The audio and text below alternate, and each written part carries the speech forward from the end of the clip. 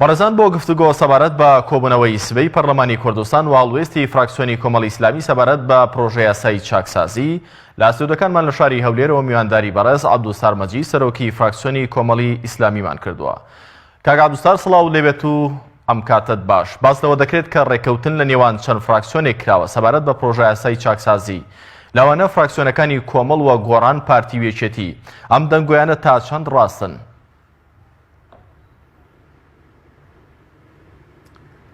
بەناوی خوای بەخشندەی میهرەبان، سەلامی خوای گەورە لە بەڕێزیشتان بێ کاک کارزان. زۆر سپاس. و سەلام ڕێزیشم بۆ هەموو لایەکەیە یاخوا بەختەوەر بن. ئەوەی ڕاستی بێ دووسێ ڕۆژە ئەمە زۆر برەی پێدەدرێەوە بە شێوەشی بەرفراوان بڵاو دەکرێتەوە کە گوایە چەند فراکسیۆنێک سەبارەت بەم پرۆژەوە تێپەڕانی ڕێکەوتنیان کردیە. ئەمن ئەوە بۆ هەموو لایەک ڕوون دەکەمەوە کە هیچ جۆر ڕێکەوتنێک سەبارەت بێ خۆمان دەڵێم هیچ جۆر ڕێکەوتنێکمان لەگەڵ هیچ فراکسیۆنێکی کە نییە و ئێمە تەنها پێشنیاری خۆمانمان کردو بۆ ئەم پرۆژەیە وەکو فراکسیۆنی کۆمەڵی ئیسلامی چەند کۆبوونەوەیەکمان ئەنجام داوە و گفتوگۆمان و ڕاوێژمان بە جەنابی مەمە سعدی باپیر کردووە و گفتوگۆمان لەگەڵ برایانی مەکتەبی سیاسی کردووە. گەیشتین بە سیغەیە کە پێمان وایە بۆ ئەم سیغەیە منتەقیە و لە دادگەریەوە نزیکە نەک هەموو دادگەری بێ. باش پێگەیشتون پێشنیاری لە باڵەکان پرۆژەی خۆمان ئەگەر ئاماژەی پێ بکەی سپاس دەکەم. جاوەی کە باس دەکرێت کە گوایە ڕێکەوتن کرابێ بەس باسی پلە باڵەکانیش دەکرێت. هەڵبەت ئێمە ئەم پرۆژەی تەنها لە پلە باڵەکان نابینینەوە. ئەم پرۆژەی کۆمەڵێک سێکتەر و بابەتی گرنگی تێدایە کە ینی دەتوانم بڵێم پەیوەستە بە 1,200,000 کەس لە هەرێمی کوردستان بە هەموو چوینی توێژەکانیەوە بە فەرمانبەرەوە بە خانەنشینانەوە بە شەهیدانەوە بە زیندانی سیاسیەوە بە ئەنفالەوە بە هەموو چینی توێژەکانی کوردستانەوە. بۆیە بەڵام بەداخەوە ینی فۆکەس خراوەتە سەر پلە باڵەکان. ئێمە بۆ ئەمە بەستە پێشنیارێکمان کردووە و پێمان وایە بۆ ئەمە لە دادگەریەوە نزیکە لە کاتێکدا بۆ زانیاری هەموو لایەک و ئەوە ئیمزاکان ماون لە لیژنەی دارایی ئەوانەیە کە ئێستا مزایدە دەکەن و دەڵێن ئێمە نەدەنگی پێدەدەینوەنە لەگەڵی بووین بۆ زانیر هەموو لایەک تەبان ئەوان ئیمزایان کردو لە 130 بێ و تا 150. ئەوەی ئێمە پێشنیارەکەی ئێمە زۆر لەوە کەمترە. ئێمە گوتومانە بەم شێوەیە بۆ پلە باڵاکان 150 لە کۆی مووسەی پلە باڵاکان نەک پلە تایبەت پلە باڵاکان. بەڵام لە هەموو دنیا بابەتی ساڵی خزمەت دەخرێتە سەر خانەنشینی یا دەخرێتە سەر حتا ئەگەر فەرمانبەرش بێ بۆ مووسەکەی و بڕوانامە لە هەموو وڵاتێک کاری پێ دەکرێت ڕێژێکی بۆ دیاری دەکرێت. بە ئێمە چیمان داناوە؟ ئێمە 1.9 داناوە بۆ هەر ساڵێکی خزمەت و بڕوانامەش ئێمە 2 داناوە بۆ پەیمانگا و 4 داناوە بۆ بەکالۆریۆس و 6 داناوە بۆ ماستەر و 8 داناوە بۆ دکتۆرا. واتە زۆر کەمتر ینی بە نیوە زیاتر کەمتر لەوەی عراقی دایناوە بۆ بڕوانامەکە. بەکۆی گشتی لەگەڵ ئەوە زانە سەقێکمان دیاری کردووە ئەگەر کەسێک بۆ نمونە دکتۆرا کۆتا بڕوانامەی بۆ حساب بکرێت ئێمە گوتومانە ئەگەر 35 ساڵیشی ئەگەر 35 ساڵیش تەمە بێکەمە تەمەنی یاساییە ئێستا کە دانراوە لە عراقیش 35 ساڵ تەمەنیشی تێپەڕان بێ و 15 ساڵ خزمەتیشی هەبێ بڕوانامەکەی دکتۆراشی هەبێ پرۆفیسۆریشی هەبێ نەک 15 ساڵ ساڵیشی خزمەت هەبێ ئێمە سەقفێکمان داناوە کە نابێت لە 150 مووسەکەی زیاتر بێ. باش و بە هەموو شێوەیەکی ناگاتە 4 میلیۆن بە هەموو شێوەیەکی. ئەوەی تریش کە ئەم مەرزی تێدانە بێ ئێمە 120 دانابوو بەڵام لەوانەیە ینی ڕێژەی 125 ینی بۆ من لە 115 تا 125 نابێ زیاتر ئەوە بکە مەسەڵەن مووسەکەی زیاتر بێ. ئەوە پرۆژەکە ئێمە بوو. بەڵام ئەم پرۆژەی ئێمە بۆ زانیاری هەموو لایەک پاکێجێک بۆ لەگەڵ پاشەکەوتی مووسە و لەگەڵ کەمترین مووسەی خانەنشینی. ئێمە گوتومانە بەلای ئێمە یەک پاکێزە. ئەم پێشنیارە لەگەڵ ئەوەی کە پێویستە بە لە ڕێگەی ئەژمارێکی بانقیەوە پاشەکەوتی مووسە لەلایەن حکوومەت هەرێمی کوردستان و بە گەرنتیەوە بۆ موسەخۆرانی هەرێمی کوردستان بژێردرێتەوە و لە هەمان کاتدا نابێ کەمترینی موچەی خانەنشینی لە هەرێمی کوردستان لە 400 بۆ 500 نابێت لە 400 کەمتر بێ وەکوەکی لە عراقەیە. ئەمە تەنها پرۆژەی ئێوە بە کاک عەبدولستار پێشنیارەکەی ئێمە بووە دیارەکراوەتەوە بە فیعلی لەناو پرۆژە یاساکەدا قسەی لەگەڵ ئەوە تەنها پرۆژەی ئێمە بووە بەڵام وەکو هەستمان کردواوێکی ئێمە لە پەرلەمانی کوردستان خسمانە ڕوو هەست کرا لەلایەن زۆربەی ئەندامانەوە پژی لێکرا بە شتێکی گونجاویان زانیوە بەڵام دەشکرێ بەڕاستی ئەوەی عراقیش باس کرا ئەمە ئێمە ئەوەی عراقشمان پێ باشە بەڵام بەوەی عراق بۆ زانیاری هەمولایەک لە باڵاکان موچەکەیان زیاد دەکا لەبەرەوە کە موچەی ئیسمی لێرانە لە هەرێمی کوردستان زیاتر لە دەرماڵەکان بەڵام لە عراق بەعەکسەوە دەرماڵەکەیان زیاتر لە موچەی ئیسمیەکان بۆیە بەوە زیاتر دەکا بەڕاستی بۆ ئێمە گوتمان ئەگەر کار بە یاسای تەقاعودی حتا ئێمە لەگەڵ ئەوەش بووین ئەگەر کار بە یاسای خدمەی تەقاعودی مۆزەفینی عراق بکرێ ئێمە پژیر دەکەین بەڵام بۆ هەموو لایەک بێ بۆ پلە باڵا بێ بۆ تایبەت بێ بۆ فەرمانبەری ئاسایی بێ ئێمە ئەوشمان پێ پەسەند بووە ئەوە پێشنیارێکی ئێمە دەکرێت بەیانی لەوانەیە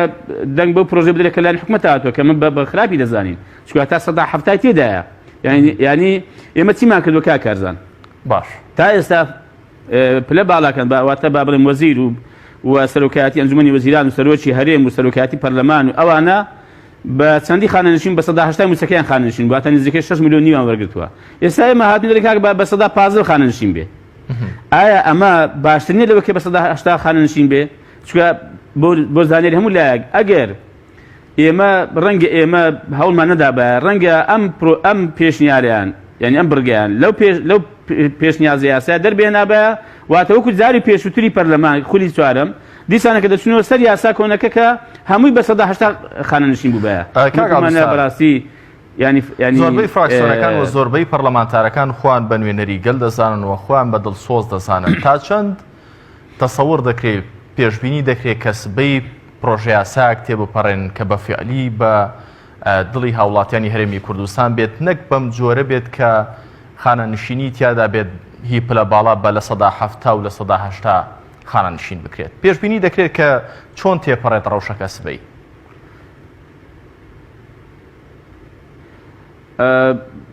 کاکارزان ئەوەی کە من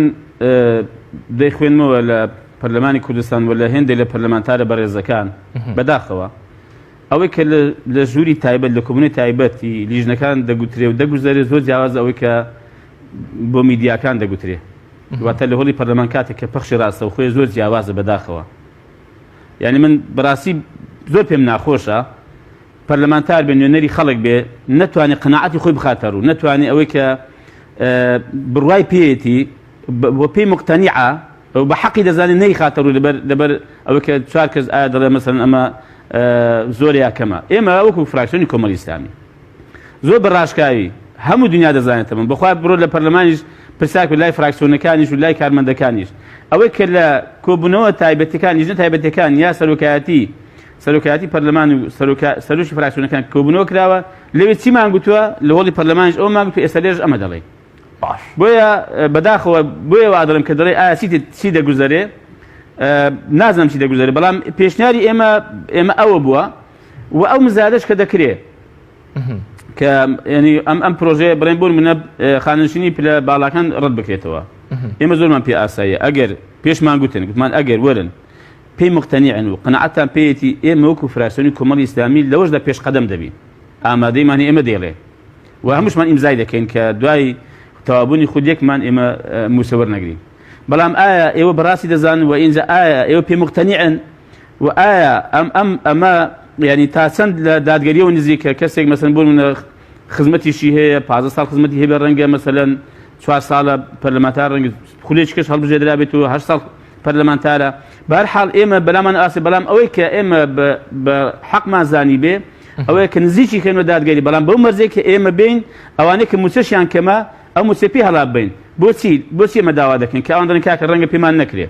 بۆیە کاک کارزان ئێمە هەمومان بەیەک و بەستۆتەوە دەڵێن کاکە باشە لەو خانەنشینی پلە باڵاکان کە بەم شێوەیە بەم ڕێژێک ئێمە دەڵێن کەم بکرێتەوە باش ئەم پارەیە چی بەسەردێ ئەو بڕە پارێکە دەمێنێتەوە ئایا ئەوەی کە بەڕاوێژکار و بە وەزیر و بە بریکاری وەزیر خانەنشین کرا بەڵام لە بنەڕەتدا ڕۆژێک وەزیر و ڕاوێژکار و بریکاری وەزیر نەبووە ئەوانە کە دەبردرێن ئەمە پارەی ئەوانە چی بەسەردێ و ئایا ئەوەی کە باز دەکەن لە دوو مینحا دەبێت مەسەلەنێکی چەند هەڵبژێدرێ بۆ نمونەکە من دوای قسەی خۆمانمان هەیە ڕێئیمان وانە ئایا ئەو کە دەگەڕێتەوە یان ئەو 2000 کەسێک کە لە بایامەتی دەستوە 2 موچە و 3 موچە و 4 موچە تا 5 موچە هەیە ئایا ئەمە چی لێ دەکریانین پارەکە دەگەڕێتەوە و ئایا یەکەی ژماری هێزەکانی 70 کە بکرێت بە یەکی ژمێریان هەبێت کە دیارە لێرە دادیسانەکە پارەیەکی زۆر بۆ خەزانەی حکومەت دەگەڕێتەوە ئەم پارە چی لێ دەکریان ینی حکومەت بەتەمایە دوای چی لێ بکە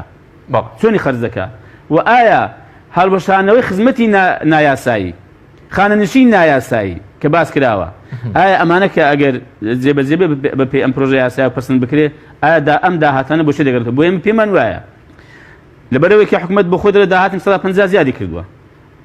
تا ئێستاش بودجێکی باشی عراق وەردەگرێت نەوتەکەی بۆ خۆی دەفرۆشێ ینی نرخی بەرز بۆتەوە زۆر باشە باش ئێمە دەپرسم ینی ئەم داهاتانش بێزگە لە داهاتەکانی ناوخۆی باز و خەراج ئایا ئەوانە هەمووی ناگاتە ئاست ئەوەی کە ئێمە بین بژێوی خەڵک پێزیاتێک سۆمێکێک لە ئامانجەکانی ئەم یاسایان پێشنیارم کرد دم کاکە پێویستە بنووسین یەکێک لە ئامانجەکانی باشترکردنی ژیان و بژێوی موچەخۆران و خانەنشینانی هەرێمی کوردستان و هەروە ڕەخساندی دەرفەت و هەر لە پێش ئەوانەی کە دەرچوانی پەیمانگا کۆکانن یا خەڵکێکیش کە بێکار لە هەرێمی کوردستان چۆن هەوڵ دێن بم بڕە پاران ئێمە هەوڵ دێن هەلی کار بڕەسێن و هەلی دامەزانیش بکەینەوە بۆ ئێمە پێمانوای حکومەت پێی دەکرێت بەڕاستی ئەگەر ئەمە جێبەجێبێ حکومەت دەتوانێت زۆر بە کورتی بە شێوەیەکی قۆناغ باش پەیامەکان گەیشت ئەگەر هات و پرۆژە یاساکە بەم زۆرێکیەوە دێڵێن تێنەپەڕێندرێت موچەی پلە باڵەکان هەر لە شوێنی خۆی بمێنێتەوە ئێوە سبەی هەڵوێستان چی دەبێت دەنگ بە پرۆژە یاساکە دەدەن یاخود نەخێر ئەگەر ئەو پێشنارێکی ئێمە سەبارەت بە پلە باڵەکان وەرنەگیرا دەنجی پێ نەدرا و پاشەکوتی موسە لە ڕێگەی ئەژمارێکی بانقیەوە بە گەرنتی لەلایەن حکومەت هەرێمی کوردستانەوە دانی پێدانەی هێنرا وەک یاسایەک بۆیان بگەڕێنێتەوە و ئەگەر کەمترین موچەی خانەنشینی لە هەرێمی کوردستان نەکرا بە 400,000 بەسەرەوە ئێمە بە دڵنیاییەوە دەنجی پێ نادێت. بەڕێز عەبدولستار مەجید سەرۆکی فراکسیۆنی کۆمەڵ لە پەرلەمانی کوردستان سپاس بۆم دەرفەتە.